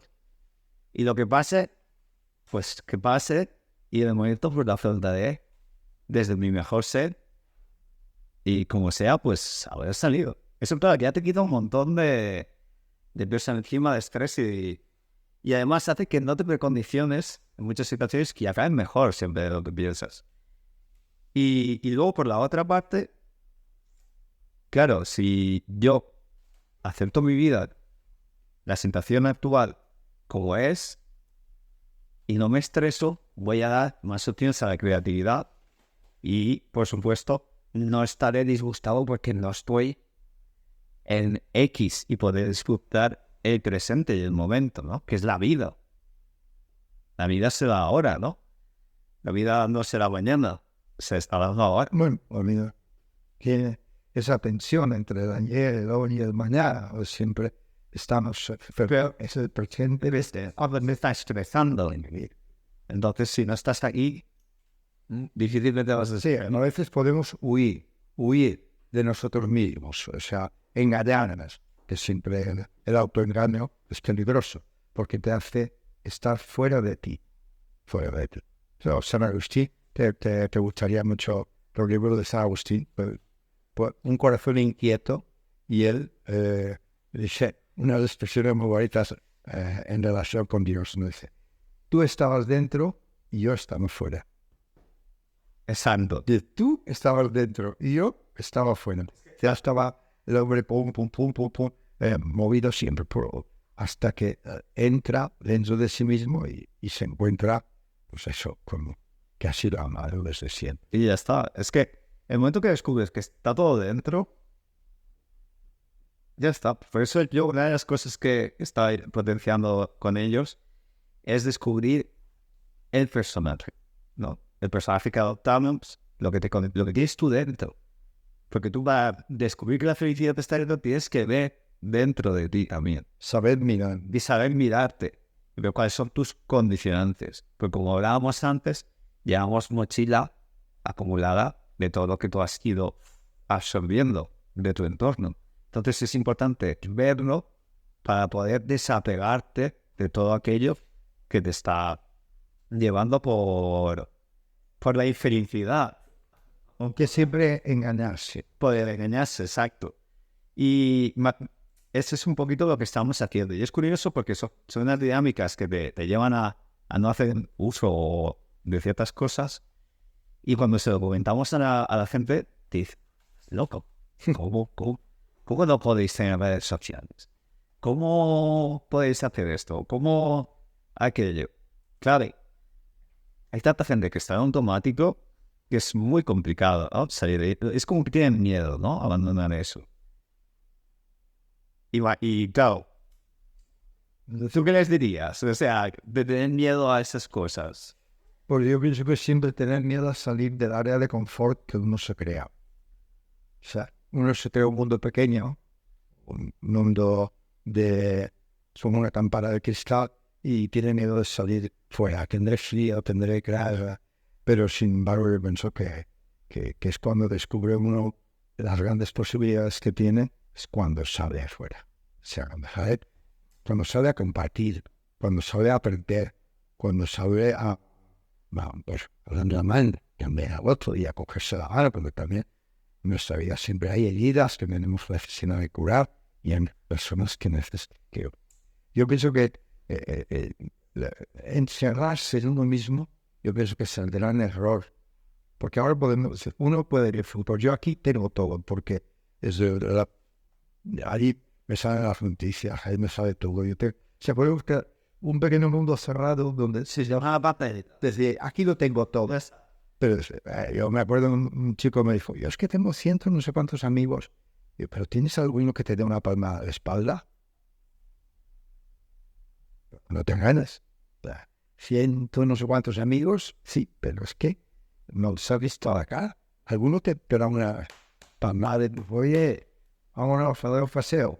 Ya, o hay vida, o hay personas que, por ejemplo, están en los videojuegos de ahora, y los videojuegos de ahora son, vamos, es casi una vida paralela. Mira, me pasó esto de juego y tal, y dices, o sea, la cantidad, por ejemplo, tú has vivido muchísimas experiencias. Has estado en África, has estado aquí, has estado viviendo en Valencia, mil sitios. Yo también he viajado por muchos sitios, he estado en muchos proyectos, y todo eso en un juego no lo puedes hacer. Y además, la cantidad de experiencias, y dentro de esas experiencias, las subexperiencias, las personas que conoces, o sea, hay una riqueza ahí impresionante que es imposible. O sea, la gente está jugando o como una aventura simulada, cuando la aventura de la vida Las experiencias. no, pero es que es 1000 veces mejor. Es 1000 veces mejor. Es imposible. Aún no se ha creado nada que pueda igualar a la riqueza de la vida. Aquí estamos. Voy a empezar a introducir mis preguntas que puedo ir anotando mediante la entrevista de Víctor y de José. Y nada, encantado siempre de haber escuchado estas experiencias y como han hablado, me he quedado impresionado de la sabiduría que tienen estos dos señores. Y nada, voy a empezar a introducir unas preguntas. Lo dicho, encantado de haber escuchado desde el lado de fuera, y ha sido para mí un placer compartir y escuchar tus experiencias, igual que las de Víctor. Y se me han ido ocurriendo unas cuantas preguntitas para ir preguntándote. He estado muy bien. Y nada, yo he estado pensando, y realmente con muchos sacerdotes que pude haber hablando, que me han prestado, realmente vosotros tenéis como que os pasa un día y pensáis, me quiero como dedicar a esto. Como que he notado que me gusta esto y quiero dedicarme a esto. Que eso se dice como la llamada de Dios. Sí, la vocación, la llamada de Dios, sí. Y nunca me han sabido explicar realmente lo que es. Como que es como que pasa y ya está. Y a veces, para ti, ¿cómo fue ese momento? ¿Qué te hizo pensar así para dedicarte a eso? Pues lo primero, que no es solo un momento. O sea, tiene momentos, pero es como una evolución, un enamoramiento. O sea, pues sí, puedes decir, ese momento fue muy importante, ese momento fue decisivo, pero eso ha ido madurando. No es que en un momento tienes un flash, pero sí, hay pequeños flashes, a veces muy sencillos. Yo mi vocación, todos los 13, 14 años, me regalan un calendario de bolsillo que tiene una fotografía de un sacerdote que está dando la comunión a un niño enfermo. Y bajo, a pie de foto, pone, tú podrías ser uno de estos. Anda. Seguramente ese calendario lo recibieron un montón de chavales, ¿no? Porque era un calendario que nos dieron. Pero ese, tú podrías ser uno de esos, a mí me despertó. Ya tienes ese incentivo, ¿no? Claro. Entonces, yo podría ser uno de estos que acerca a Jesús a la gente. Y eso, pues, como que fue metiéndose en mi corazón, me iba dando vueltas. Yo, bueno, conversé con otras personas, con un sacerdote y tal, y me fui convenciendo de que ese era el camino de mi vida. O sea, la anécdota es pequeñita. Es como un pequeño detalle. Un pequeño detalle, pero que puede desencadenar.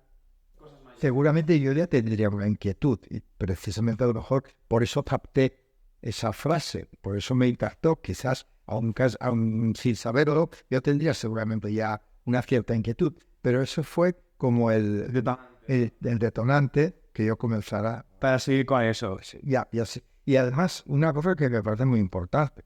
He sido obispo en Valencia, en Santander, en Huelva, y no quería hacer otra cosa que esa. Acercar a Jesucristo a la gente. Esa ha sido mi misión, esa ha sido mi tarea, de una manera, haciendo estos viajes y todo esto que hemos dicho, Claro. que de alguna manera esa es una clave importante desde la que yo interpreté mi vocación. Wow. Es increíble, ¿eh? Como de un pequeño detalle te torna y dices, bueno, me quiero dedicar a esto porque es como que... Y eso ha ido madurando, mira. Pero no se va a cambiar, fíjate. Es Tantos años de... la misma, o sea, yo quiero hacer eso, acercar a Jesucristo. Porque claro, todas las preguntas que yo tengo, y más relacionadas con lo que tú has dicho, al final es, tú por ejemplo habrás tenido tus momentos de, a lo mejor de bajón o de que dices, esto a lo mejor no es lo que yo quiero o tal. ¿Qué es lo que te ha hecho que te mantengas en ese camino que te gusta? Que quieres llegar ahí. Sí, los momentos oscuros los tenemos todos, o sea, momentos de cansancio, pero sobre todo momentos en que te ves que la misión te desborda. O sea, que es más grande de lo que tú puedes, o más grande de lo que tú puedes. Bueno, a mí lo que más me ha ayudado mucho es la lectura del Evangelio. O sea, en la que Jesús cuenta con esos momentos, cuenta con esa debilidad, cuenta con esos momentos, diríamos, de oscuridad. Entonces, bueno, yo pienso que la lectura de la palabra de Dios, la celebración de los sacramentos, tener un acompañamiento personal, lo que nosotros llamamos un acompañamiento espiritual, o una persona como más preparada que tú, que en cualquier momento te puede ir ayudando, pero bueno, esta duda que tienes, suena así, o ese desánimo, viene por aquello. Yo pienso que sobre todo la confianza es la que me ha ayudado a ir. Es reparado los momentos más duros. Esa confianza que tenías de, tú tengo claro. Sí, de decir, bueno, de que Dios me llamaba a esto y que esa era la misión que me... Esa constancia de seguir y todo. Sí, muy importante. Sí, ahora yo doy gracias a Dios pues, por llegar ya a los 78 años que tengo, casi ya viéndonos feridos los 80, pero bueno, que contento de haberme encontrado con tantas personas y también consciente de tus límites, porque yo creo que eso también es importante en la vida, la humildad. O sea, no sentirse ni un superhombre, ni una persona que pueda decir, hombre, arrogante. No. Sí, has podido tener responsabilidades grandes, pero desarrollarlas siempre desde una actitud humilde de servicio. Claro, porque tú puedes ser mucho, pero si empiezas a decir, wow, soy mejor que... Y si te lo crees, fatal. Te caes del pedestal y te hundes. Sí, la humildad es muy importante en toda... Caminar por el suelo. Y otra preguntita que tenía, cuando estáis hablando de que has visitado muchos países y te has visto en situaciones envuelto en guerra, y has visto la gente nativa de allí, cómo huía y cómo se desarrollaba por el entorno. Por ejemplo, tú te has visto, como has estado tan cercano a esa gente, tú te has visto como implicado en alguna vez, estar en situación de peligro o estás incómodo y dices, me puede pasar cualquier cosa en cualquier momento o al día siguiente no sé cómo voy a amanecer. ¿Te has visto en alguna situación así envuelta en peligro? Yo recuerdo una vez estando en el Congo, a punto de marchar al aeropuerto, que hubo una especie de revuelta y que rompieron algunas cosas en el aeropuerto. Sí que dices, bueno, a ver aquí qué pasa, a ver aquí qué pasa. O sea, es un momento que se te abre en el terreno. Como también otra vez en Israel me pilló con gente en la intifada de la Neurosviri, un momento de enfrentamiento total.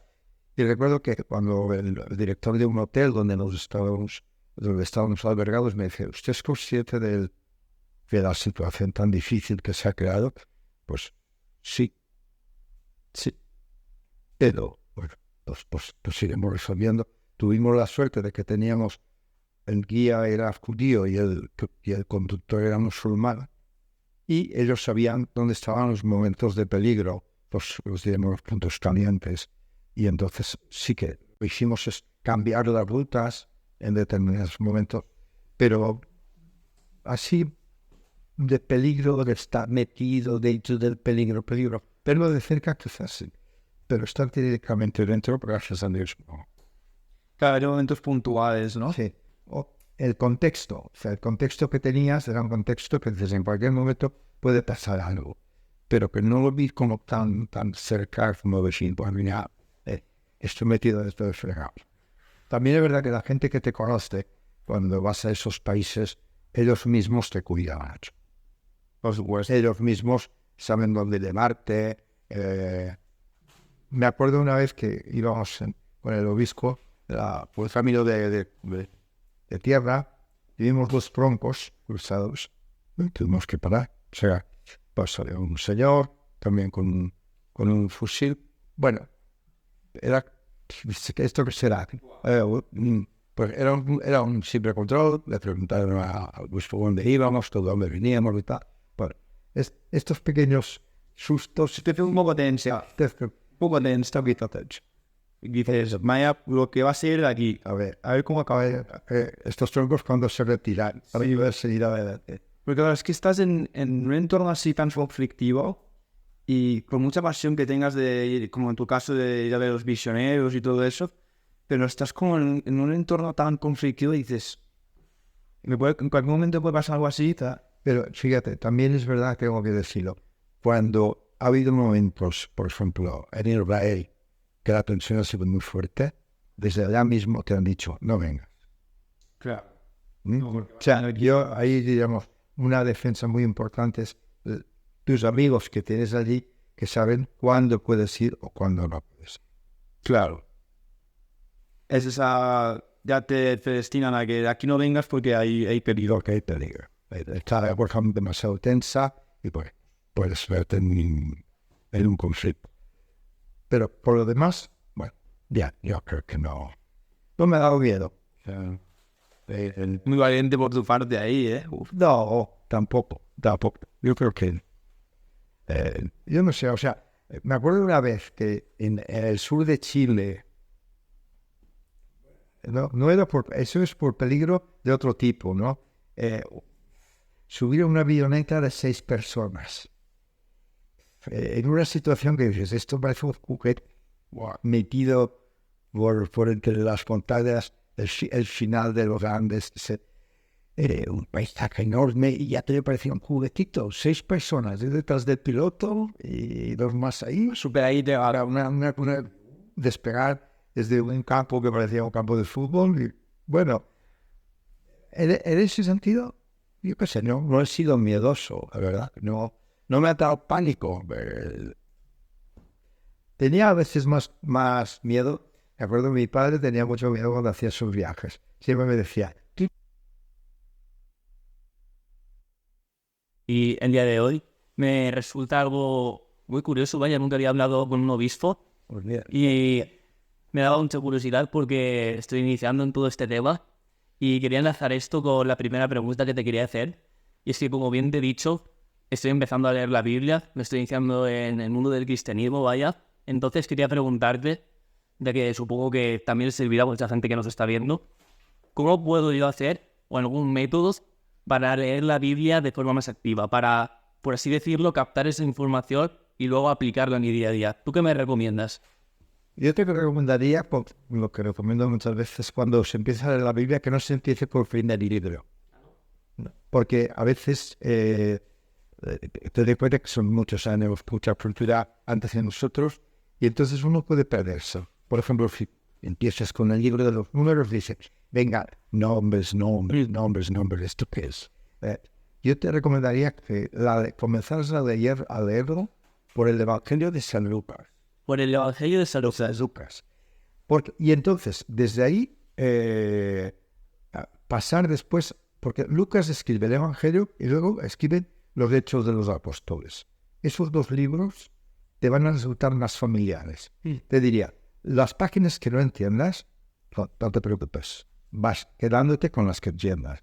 Por ejemplo, te vas a encontrar con una genealogía. Sí. Una genealogía. Esto, bueno, pues de momento dices, no parece que me interese. Pero después te preguntarás, es que hay que estudiar hacia arriba qué han dicho los profetas, qué ha dicho Moisés, porque verás referencias.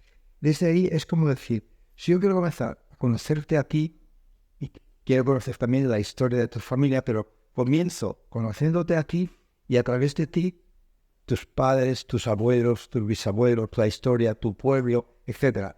Esa lectura de la Biblia me parece más interesante porque a veces hay personas que han comenzado a leer la Biblia como un libro, y ahora he dicho que son 72 libros. Claro, tú pasas de un libro histórico, de un libro de leyes, y a veces me pierdo, es como un bosque. Yo recomendaría, sobre todo, empezar por Lucas y Hechos de los Apóstoles, y a partir de ahí, una vez que has leído esto, quizás algún profeta, y después ya sí comienza con el Pentateuco. Y siempre diciéndote, cuando te encuentres pasajes que no entiendas, no te preocupes, porque en la Biblia hay un escritor cristiano que se llama San Efrén, que dice, cuando vayas a leer la escritura, es como ir a una fuente. No trates de leértela toda de golpe. Tú bebe lo que necesitas y alégrate de que la fuente continuará mandando porque después podrás ir y seguir bebiendo, ¿no? A veces pensamos entenderlo todo de golpe. Es difícil, es difícil. Por eso yo pienso que es mejor comenzar por estas cosas que te pueden resultar más familiares y a partir de ahí, porque para un cristiano la clave, como hemos dicho antes, es Cristo. Antes todo ha sido una preparación a Cristo y después desde Cristo una explicación de Cristo para el mundo. Las cartas de los apóstoles, etc. Creo que esa clave te puede brindar. Sí, tú lo que propones es empezar para informarte un poco del contexto histórico, ¿sabes? No empezar en la casa por el tejado. Esto que lo pones tú. Siempre verás que hay unas pequeñas introducciones a los evangelios, a los libros. Es importante leerse esas introducciones. Y después, bueno, contar con alguna persona que pueda, de alguna manera, decir, me he encasquillado un poco aquí me he perdido. Bueno, pues sí, conmigo, con otra persona que te pueda ayudar. Hay algún libro que sea cómo leer la Biblia, pero yo ahora no te lo... Yo lo buscaré. Pero de todas formas, con esta pista, después no la encontremos, a ver qué dice. Ahora está siendo muy bueno. Es que empecé por Génesis, ¿vale? El primer libro de todos. Entonces, claro, empecé ahí. Y al principio de todo, Dios, entonces, claro, lo mejor, según tú, es empezar por Lucas, para así entender todo el contexto. Y desde ahí abrirte. Claro, y diversificarte. Y sobre todo también, lo que me han dicho es preguntar, o sea, no te falta como que lo entiendas todo al principio, ¿no? Exacto. ¿Tú crees que al final, si yo empiezo por Lucas, voy leyendo... Vas a leerlo todo. Sí. Al final vas a leerlo todo. Pero en cada momento irás como el puzzle irá encajando. Ah, de acuerdo. Irá encajando, se va haciendo cada vez más fácil. Eso es. Aunque siempre hay pasajes, pues, yo, por ejemplo, sigo leyendo la Biblia y sigo meditando en la Biblia, porque hay pasajes que pueden resultar un poco más oscuros, porque una cosa que ahora has dicho, el Génesis, si te has dado cuenta, no hay solo un relato de la creación, hay dos. Porque hay lo que se llama los géneros literarios. En la Biblia hay varias corrientes, porque la Biblia, antes de ser un libro escrito, ha sido un libro hablado. Un libro, dialogado, pues que de generación en generación se ha ido tratando. Entonces hay tradiciones que se llaman sacerdotales, son más organizadas, tradiciones más populares que tienen el mismo mensaje, pero contado de manera distinta. Por ejemplo, en la creación hay dos relatos diferentes. Dicen lo mismo. Dios es creador, Dios ha formado el hombre, pero uno lo cuenta muy ordenadamente, o sea, comienza el primer día, el segundo día, el tercer día, y el otro comienza simplemente diciendo que Dios, en medio del paraíso, está formado al hombre del barro de la tierra. Ya. O sea, el lenguaje simbólico, el lenguaje de los como se llaman géneros literarios, no es lo mismo la poesía que el derecho, que la historia. Pues tú vas a encontrar libros que tienen esas claves. Poquito a poquito, con esas introducciones, tú lees siempre las introducciones. Bueno, muchas gracias por el consejo. Es que a raíz de todo esto, hoy empecé y resulta que me ha surgido una duda que me está moviendo mucho por dentro y resulta que yo creo que también me ha surgido por eso, por lo que tú dices, porque me hace falta otra pieza para encajar el puzzle. A ver, A ver si tú puedes ayudarme a encajarla en... De acuerdo, yo empecé por Génesis y leí un relato en el cual decía que el diablo se puso en el cuerpo de una serpiente, En forma de serpiente. claro, y fue a Eva a tentarla a comer del fruto. Entonces la serpiente fue, le tentó y Eva terminó cayendo. Entonces mi pregunta es, si Dios todo lo sabe, si es el todopoderoso, que al final yo supongo que Dios iba a saber que esto terminaría pasando. Por lo tanto, si Dios sabía que esto iba a pasar, ¿por qué no frenó antes al diablo para que no hiciera esto y no tentara a Eva? El tema es por la libertad, porque Dios nos ha querido libres. Sí. Por la libertad. Si somos libres, necesariamente tenemos que ser tentados. Porque una persona que no combate es una persona, como digamos, programada de antemano. El tema de la libertad es lo que hará que realmente sea el drama del pecado. Sí, es una libertad contra Dios, no la libertad a favor de Dios. Pero entonces es una libertad en la que Dios nunca se da por vencido. O sea, que libremente irá buscando la forma de que esa humanidad que se ha hundido, que es una humanidad pecadora, egoísta, está el hermano que mata al hermano, etc. O sea, Dios buscará siempre la forma de darle la mano, Claro. sobre todo hasta llegar a Jesús, que es el que realmente será el Redentor o el Salvador de la humanidad. O sea, es el tema, quizás, que te puede ayudar es la libertad, que Dios te ha hecho libre. Y por lo tanto, tú le has podido plantar cara en Dios. Eso indica mucho del respeto que Dios tiene por la persona humana. El misterio de la libertad. Ese es El motivo principal, ¿no? Claro, al final, tú lo que propones es que si no hay tentación y te mandan algo, simplemente es como que, vale, lo hago y ya está, y vivo feliz. En cambio, si a ti te tientan y tú demuestras obediencia, ahí la otra persona realmente sabe que tú lo estás haciendo porque es tu voluntad, ¿no? Porque tú quieres realmente hacerlo, que es el caso de Eva, ¿no? claro. ¿Qué sucedió ahí? De acuerdo. Es el tema de la voluntad y el tema del amor son dos claves. O sea, yo no, por ejemplo, ¿se puede decir que un pajarito es libre? Dice, no, está suelto, pero libre no es. Porque él hará siempre lo mismo. El nido de la misma manera, volverá todos los años. Está suelto, sí, pero libre no. Líder. El hombre es el que tiene ese don de la libertad, con lo cual tú puedes hacer lo mejor y lo peor. Y ese es el misterio del diálogo de Dios con el hombre. Porque si tú eres un autómata, yo no puedo decir que amas. Que me amarás cuando, es decir, tengas posibilidad de amar o de no amar.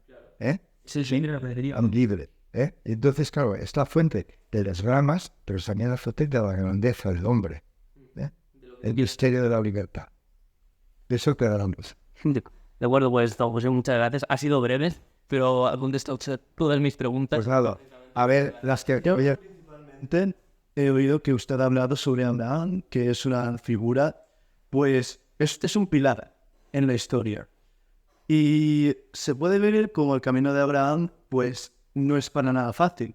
Él tiene que peregrinar, salir de su tierra, de lo que era su casa, para peregrinar hasta la tierra que Dios le prometió. En una ocasión, hasta casi sacrificar a su hijo, a su propio hijo, porque Dios quería probarlo a él.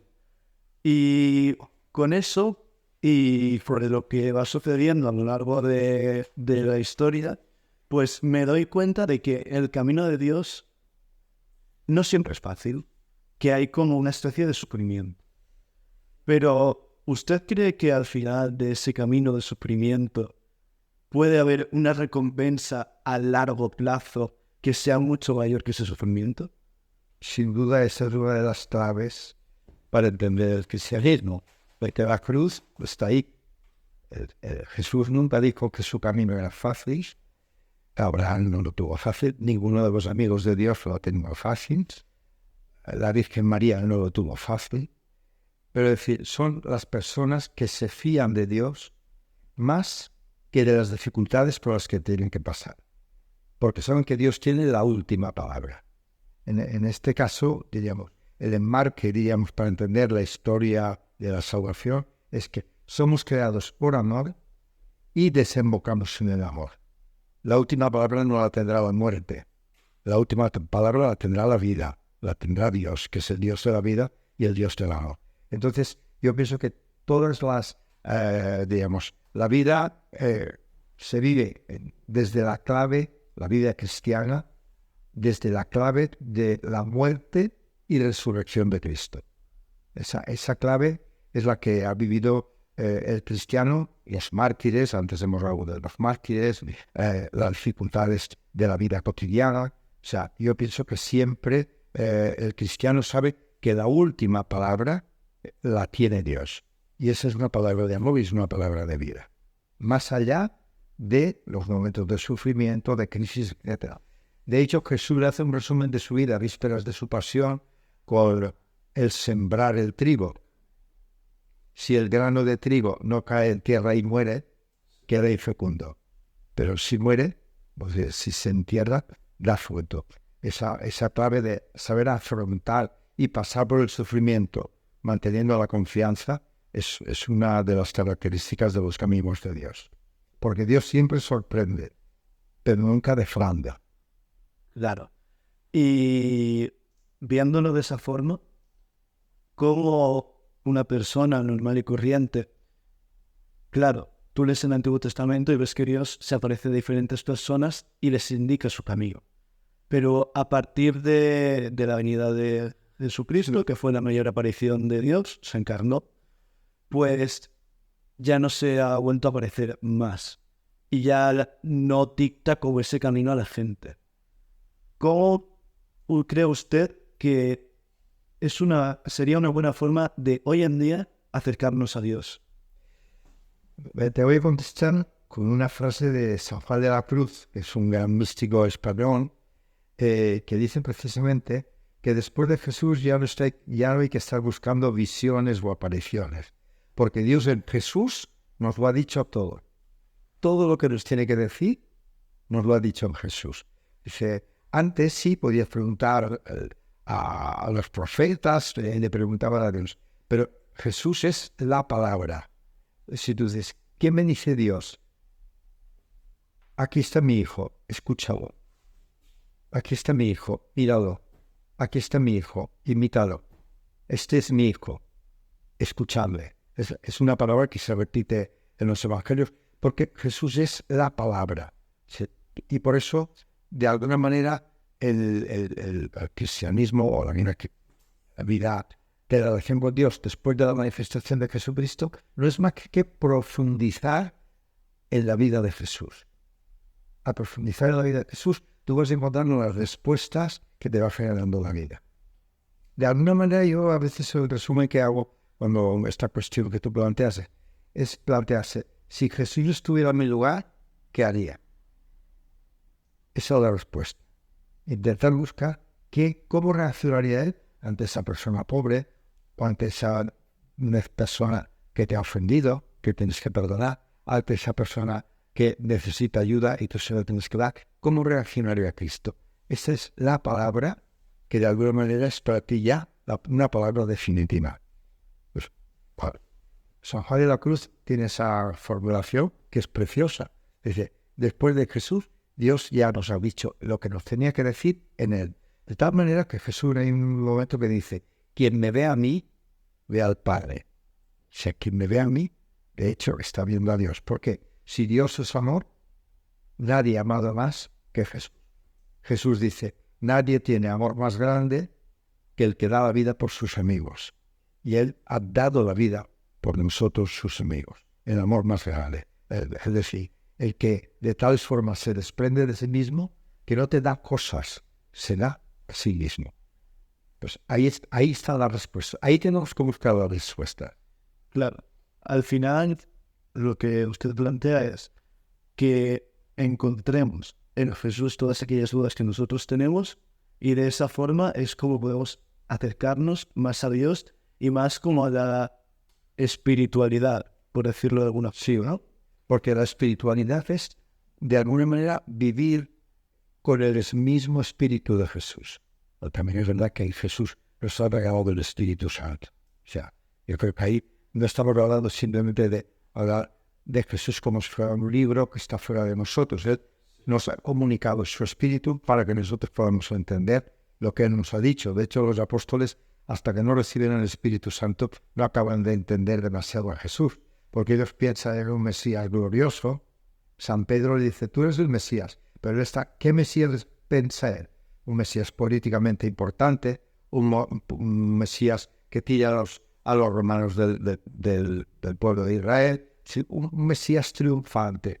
Y Jesús se presenta como un Mesías sufriente, humilde, que no tiene otra fuerza que la fuerza del amor, que es la única que cambia desde dentro y no es desde fuera. Y que desde ahí es donde nace esa bifurcación entre el judaísmo y el cristianismo. De que unos lo afrontan y esperando al Mesías y otros Aceptamos que ahí Dios nos lo ha dicho todo. a Jesús. Pues la verdad es que han sido dos preguntas muy breves, pero es que claro, ya había más preguntas, pero ya las han preguntado mis compañeros o ya se han hablado durante la charla. Así que yo creo que por hoy estamos bien servidos de conocimiento.